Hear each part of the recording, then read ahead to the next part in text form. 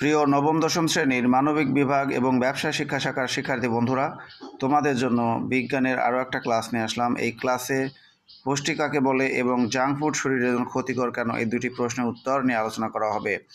1 নম্বর প্রশ্ন, পুষ্টি কাকে বলে? যে শারীরবৃত্তীয় প্রক্রিয়ায় জীব খাদ্যবস্তু গ্রহণ, পরিপাক, পরিশোধন ও আত্তীকরণের মাধ্যমে দেহের বৃদ্ধি, শক্তি উৎপাদন এবং ক্ষয়পূরণ করে তাকে পুষ্টি বলে। 2 নম্বর প্রশ্ন হচ্ছে, জাঙ্ক ফুড শরীরের জন্য ক্ষতিকর কেন? উত্তর, জাঙ্ক ফুড শরীরের জন্য ক্ষতিকর হওয়ার কারণ হলো এটি স্বাস্থ্যগত মূল্যের চেয়ে বরং মুখরোচক স্বাদের জন্য উৎপাদন করা হয়। এতে থাকে অতিরিক্ত রাসায়নিক পদার্থ, প্রাণীজ চর্বি ও চিনি।